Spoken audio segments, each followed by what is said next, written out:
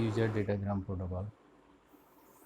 আগের দিন আমরা পড়েছিলাম যে টিসিপি ট্রান্সমিশন কন্ট্রোল প্রোটোকল, যেটা কানেকশন ওরিয়েন্টেড বা ফিজিক্যালি কানেকশন এস্টাবলিশ প্রয়োজন হয়, কিন্তু ইউজার ডেটাগ্রাম প্রোটোকলে এখানে কোনো ফিজিক্যাল কানেকশনের প্রয়োজন হবে না, কানেকশনলেস। তো এখানে কি বলছি দেখো, যে টিসিপি আইপি প্রোটোকল সুইটের সরলতম ট্রান্সপোর্ট লেয়ারের communication protocol user datagram protocol. Transport লেয়ারের প্রোটোকল আমরা যে 7টা লেয়ার পড়েছিলাম যে টিসিপি আইপি প্রোটোকল সুইটে, তো সেই 7টা লেয়ারের ট্রান্সপোর্ট লেয়ারের কী করা হয় না, এই প্রোটোকলটা কাজ করবে।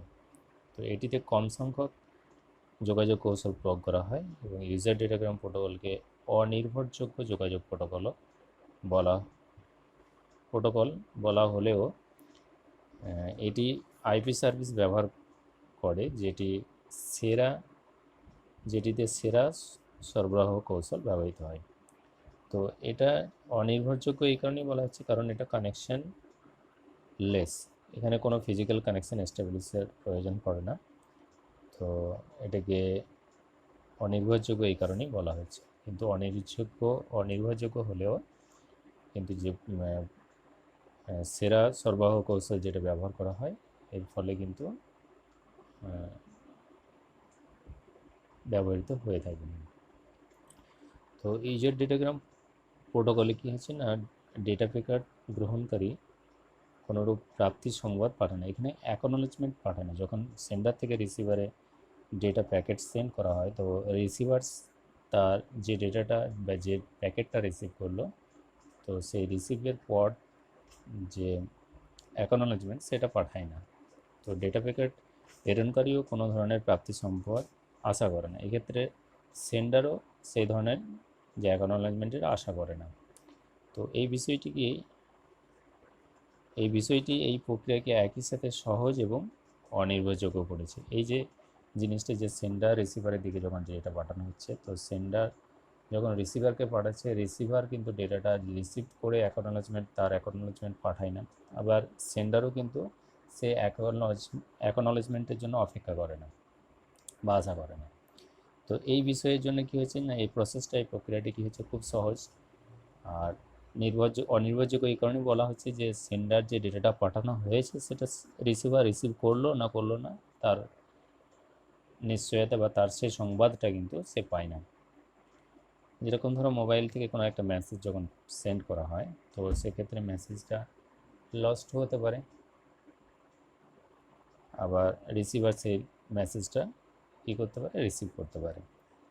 তো এক্ষেত্রে দেখো, যে মেসেজটা রিসিভ করলো সে কিন্তু কোনো রকম অ্যাকনোলেজমেন্ট পাঠায় না, আর এদিকে যে পাঠাইছে সে কিন্তু অ্যাকনোলেজমেন্টে আশা করে না।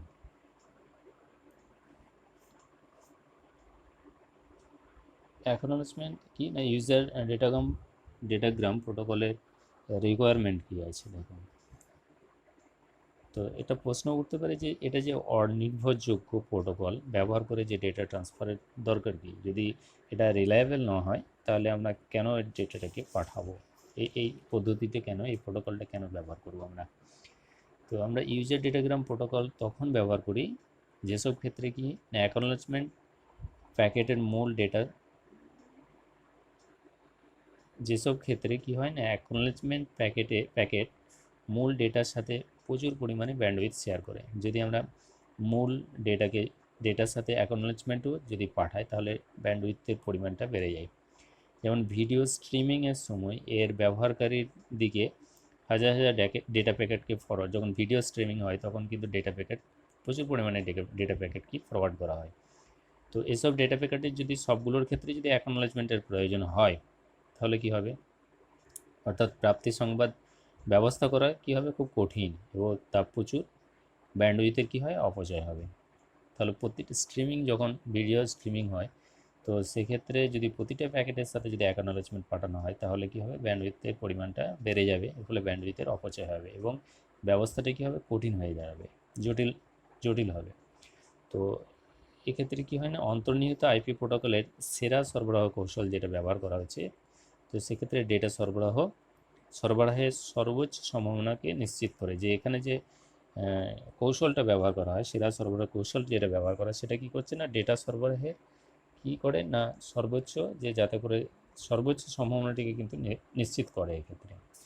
এমনকি ভিডিও স্ট্রিমিংয়ের সময় অল্প কিছুক্ষণ ডেটা প্যাকেট হারিয়ে গেলেও তা আর তেমন প্রভাব রাখে না। হয়তো দেখো যখন নেটে তোমরা ভিডিও দেখছো, ভিডিও দেখতে দেখতে যদি দেখো অনেক সময় স্টাক বন্ধ হয়ে যায় বা একটু বাদ চলে যায়, তাতে কিন্তু আমাদের অতটা অসুবিধা হয় না।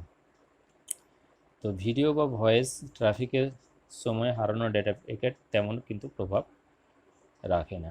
ঠিক আছে, বৈশিষ্ট্য দেখো ইউজার ডেটাগ্রামের বৈশিষ্ট্য কি না, ইউজার ডেটাগ্রাম প্রোটোকল তখন ব্যবহৃত হয় যখন অ্যাকনলেজমেন্ট বা প্রাপ্তি সংবাদের কোনো গুরুত্ব নেই, তখন আমার অ্যাকনলেজমেন্টের কোনো প্রয়োজন হবে না। তো একমুখী ডেটা প্রবাহের জন্য ইউজার ডেটাগ্রাম প্রোটোকল বেশি উপযোগী যদি আমরা ওয়ান ওয়ে ডেটা যদি প্রেরণ করতে চাই। আর ইউজার ডেটাগ্রাম প্রোটোকল কি হচ্ছে সহজ এবং কোয়েরি ভিত্তিক যোগাযোগের জন্য উপযুক্ত। এটি যোগাযোগ ওরিয়েন্টেড নয়, অর্থাৎ কানেকশন ওরিয়েন্টেড নয়, এটা কানেকশন লেস। আর ইউজার ডেটাগ্রাম প্রোটোকল কনজেশন কন্ট্রোল কৌশল ব্যবহারে সক্ষম নয়। এক্ষেত্রে কনজেশন ট্রাফিক যদি থাকে সেক্ষেত্রে এই ধরনের ব্যবস্থা থাকে না। আর এটি ডেটার নির্দেশিত সরবরাহ নিশ্চিত করে না। এটা যখন সেন্ডার রিসিভারের দিকে পাঠাচ্ছে তখন সেন্ডার কোনো অ্যাকনলেজমেন্ট পাঠায় না, আবার রিসিভার কোনো অ্যাকনলেজমেন্ট পাঠায় না, আবার সেন্ডারও কিন্তু অ্যাকনলেজমেন্ট আশা করে না। আর ইউজার ডেটাগ্রাম প্রোটোকল কি না স্টেটবিহীন। এক্ষেত্রে কি না যখন টিসিপি ট্রান্সমিশন কন্ট্রোলের প্রোটোকলের ক্ষেত্রে কি করা হয় না, প্রত্যেকটা স্টেটের একটা ইনফরমেশন থাকে যে এই স্টেটের পর কোন স্টেটে গেছে এবং তার পাথ সে সম্পর্কে একটা ইনফরমেশন থাকে, কিন্তু ইউজার ডেটাগ্রাম প্রোটোকলে সেই ধরনের স্টেট ইনফরমেশন কিছু থাকে না। স্ট্রিমিং অ্যাপ্লিকেশন যেমন কি ভিওআইপি মাল্টিমিডিয়া স্ট্রিমিং এর জন্য কি বেশি উপযোগী। ইউজার ডেটাগ্রাম প্রোটোকলের হেডারটা দেখো কি থাকবে, সোর্স পোর্ট, ট্রান্সপোর্ট লেয়ারে যেহেতু কাজ করছে সেই জন্য পোর্ট টু পোর্ট। তো সোর্স পোর্ট থাকবে, কোথা থেকে আসছে তার পোর্ট নাম্বার থাকবে, ডেস্টিনেশন পোর্ট থাকবে, কোন পোর্টে যাবে, আর তার লেন্থটা, আর চেকসাম, যে ডেটা পাঠানো হয়েছে তার লেন্থ কত থাকবে, এবং তার চেকসাম মানে যদি ডেটার মধ্যে কোনো এরর থেকে থাকে সেই এররটা সে চেক করবে। যদি এরর সে ডিটেক্ট করবে কিন্তু এরর কারেকশনের কোনো রকম কৌশল থাকবে না, রিকভারি করতে পারবে না। কি থাকবে দেখো, ইউজার ডেটাগ্রাম প্রোটোকলের হেডারে 4টি মূল প্যারামিটার ব্যবহৃত, একটা হচ্ছে সোর্স পোর্ট থাকবে, ডেস্টিনেশন পোর্ট থাকবে, লেন্থ থাকবে, চেকসাম থাকবে। ঠিক আছে, নেক্সট দেখো ইউজার ডেটাগ্রাম প্রোটোকলের কোথায় আমরা ব্যবহার করব, এর অ্যাপ্লিকেশন কোথায় না ডোমেন নেম সার্ভিস, এটা ডিএনএস পড়িয়েছি আগে। আর সিম্পল নেটওয়ার্ক ম্যানেজমেন্ট প্রোটোকলের ক্ষেত্রে ব্যবহার করব, ট্রিভিয়াল ফাইল ট্রান্সফার প্রোটোকলের ক্ষেত্রে, রাউটিং ইনফরমেশন প্রোটোকলের ক্ষেত্রে আমরা ব্যবহার করব।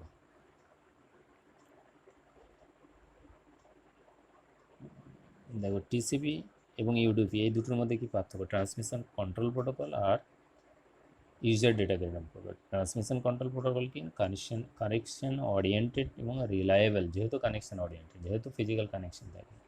আর ইউডিপি কি না ইউজার ডেটাগ্রাম প্রোটোকল, এটা হচ্ছে কানেকশন লেস, সেই জন্য কি বলা হয়েছে এটা অনির্ভরযোগ্য। তো এর মধ্যে পার্থক্য দেখো, আমরা ছবি দেখি আগে। এখানে দেখো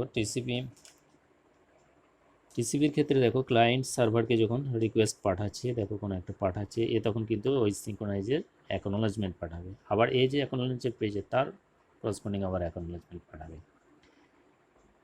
প্রত্যেকে কী করছে এখানে নিশ্চিত করছে।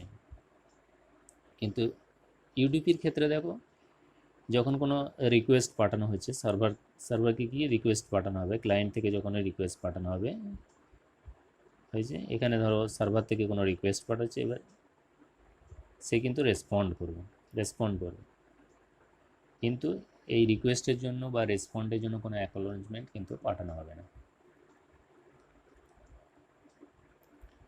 এবার দেখো কি পাঠানো, এখানে বলছে কানেক্টেড, তার মানে কানেকশন ফিজিক্যাল কানেকশন হবে টিসিপির ক্ষেত্রে, টিসিপি ইউডিপি এটা কানেকশন লেস, কোনো কানেকশন থাকবে না। স্টেট মেমোরি স্টেটলেস, এখানে প্রতিটা স্টেট কিন্তু স্টেটের ইনফরমেশন থাকবে যখন প্যাকেট পাঠানো হবে, এখানে বাইট স্ট্রিম যখন পাঠানো হবে সেই স্ট্রিমে কিন্তু ইনফরমেশন থাকবে, এখানে কোনো ইনফরমেশন থাকবে না। এখানে বাইট স্ট্রিম হবে, এখানে প্যাকেট বা ডেটাগ্রাম ব্যবহার করা হবে, এখানে অর্ডার ডেটা ডেলিভার্ড অর্ডার ডেটার ক্ষেত্রে কি না, যখন ইনফরমেশানকে ছোটো ছোটো বাইট স্ট্রিমে বা যখন ভাগ করা হবে, ভাগ করে যখন পাঠানো হবে, তো প্যাকেটাইজ করা হবে, তখন কিন্তু নাম্বারিং থাকবে এবং রিসিভার সাইডে কী হবে, সেই নাম্বার অনুযায়ী সেই ফাইলটাকে বা সেই ডেটাটাকে কী করবে, অ্যারেঞ্জ করা হবে। সেই জন্য অর্ডার ডেটা ডেলিভারি হবে, এখানে কোনো সিকোয়েন্স গ্যারান্টিড নয়। এটা রিলায়েবল, এটা লস হতে পারে এটা, কিন্তু এটা রিলায়েবল যেহেতু ফিজিক্যাল কানেকশন থাকবে। আর এরর ফ্রি, কারণ এখানে টেকনিক ব্যবহার করবে, যদি এরর ডিটেকশন হবে এবং এরর কারেকশন করবে, কিন্তু এক্ষেত্রে এরর প্যাকেট এররটা ডিটেক্ট করতে পারবে কিন্তু তার কারেকশন রিকভারি হবে না, সেটাকে কী করবে, এরর প্যাকেট ডিসকার্ডেড করে দেওয়া হবে। এটা হ্যান্ডশেক হবে, এটা নো হ্যান্ডসেট বলা হচ্ছে ক্লায়েন্ট সার্ভারের মধ্যে কী হবে, এটা ফিজিক্যাল একটা কানেকশান সরাসরি এস্টাবলিশড হবে। এখানে ফ্লো কন্ট্রোল হবে, এখানে ফ্লো কন্ট্রোল ব্যবস্থা নেই, এই ক্ষেত্রে রিলেটিভলি স্লো, এটা কিন্তু ফার্স্ট। এটা পয়েন্ট টু পয়েন্ট, এক্ষেত্রে সাপোর্ট মাল্টিকাস্ট সাপোর্ট, একজনে কিন্তু অনেকজনকে মেসেজ পাঠাতে পারে, ঠিক আছে। এখানে যে সিকিউরিটি ব্যবহার করা হয় সেটা SSL আর TLS, এক্ষেত্রে DTLS সিকিউরিটি ব্যবহার করা হয়। আরও কিছু আছে দেখো, এখানে আরও কিছু এটা ভালো করে বুঝিয়েছে দেখো, এখানে কানেকশন দেখো, এখানে কানেকশন ওরিয়েন্টেড বলছে, কানেকশন লেস বলছে, ইউজেস কোথায় ব্যবহার করা হবে, হাই রিলায়েবল যেখানে নিশ্চয়তার খুব প্রয়োজন আছে সেক্ষেত্রে ব্যবহার করা হবে, আর ক্রিটিক্যাল এবং লেস ট্রান্সমিশন টাইম যে জায়গায়, সেক্ষেত্রে এখানে ফাস্ট এবং এফিসিয়েন্ট ট্রান্সমিশন, স্মল কোয়ারি আর হিউজ নাম্বারও যেখানে অনেক বেশি ক্লায়েন্ট থাকবে। এখানে অর্ডারিং অফ ডেটা প্যাকেটের অর্ডারিং কি রিঅ্যারেঞ্জ করতে হবে, এখানে কোনো কিছু প্রয়োজন হবে না। এখানে কি না, রিলায়েবিলিটিটা অবশ্যই দরকার, এখানে নেই। স্ট্রিমিং ও ডেটা, এটা বাইট হিসেবে আমার রিড, যে ডেটা পাঠা হবে তার বাইট হিসেবে রিড করা হবে, এখানে সেন্ড এবং রিড ইন্ডিভিজুয়াল একটাই পাঠানো হবে। এরর চেকিং কী করবে, এরর চেকিং এবং রিকভারি করবে, এটা সিম্পলি এরর চেক হবে কিন্তু কোনো রিকভারি থাকবে না। অ্যাকনোলেজমেন্ট পাঠানো হবে কিন্তু অ্যাকনোলেজমেন্টের ব্যবস্থা নেই, ঠিক আছে। আশা করছি বুঝতে পেরেছো, এখানেই থাকবে, থ্যাংক ইউ।